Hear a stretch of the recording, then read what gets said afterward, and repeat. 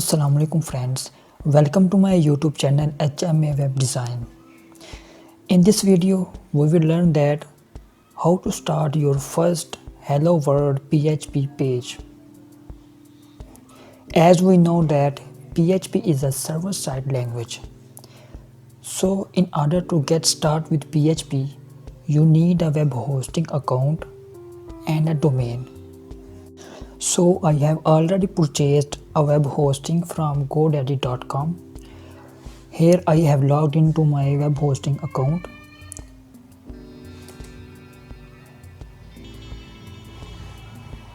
And now we need to click to a cPanel admin. After clicking on cPanel, we have a new page. This is called cPanel. Now we need to click on File Manager. So these are all my. So after that you need to click public_HTML. These are all my website files which I have uploaded. So here you need to create a folder. You can give any name to that folder. So for simplicity I gave a name of the folder practice. You need to click on this folder and create a new file called index.php. Must create the file name index.php to start with PHP. Go to edit this file. Now you have created your first PHP file in your web hosting server.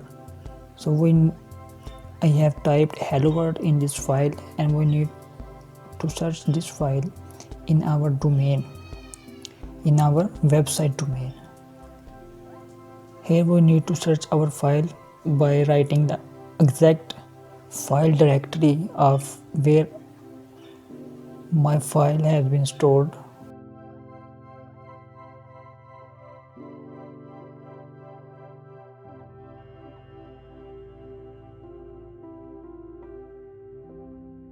Here you can see that Hello World is published on our web page.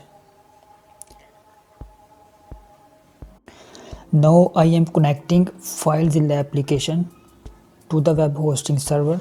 FileZilla is really useful tool which allows us to access all our files, and it's very easy to edit all files which are stored in our web hosting.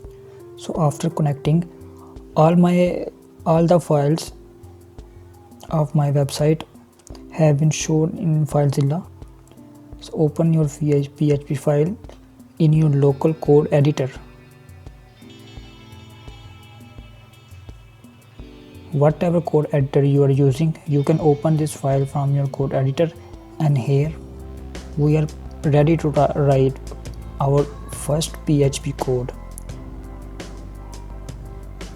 To get started with PHP, you have to type less than. This is a basic PHP syntax. Basic PHP syntax include less than sign, question mark, PHP, and you have to end this with question mark and greater than sign. If we write hello world in this PHP syntax with hmawebdesign.com, we need to save this.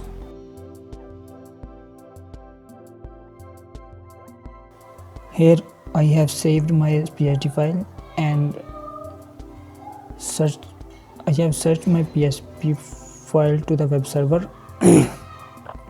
So this shown that this web page isn't working. It's because we have not written the exact PHP code here, because you need to write the exact and the correct PHP instruction. If you want to display it on your web page, you have to write an echo function. Echo function allow us to display any codes, any string on the web page. Echo function will display this string on the web page. So let's save it and search again. So you can say that text has been displayed on our web page. So here, how to create your variable in PHP. To create a variable in PHP, you have to write $sign and the name of the variable. This is the syntax to create variable in PHP. $sign, variable name, and you can store any string or number in this variable. So I have stored a string in this variable.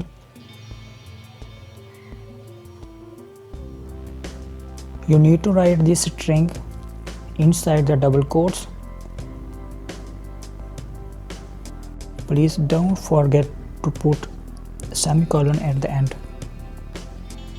So again, we will set this file in our web page. This has shown nothing.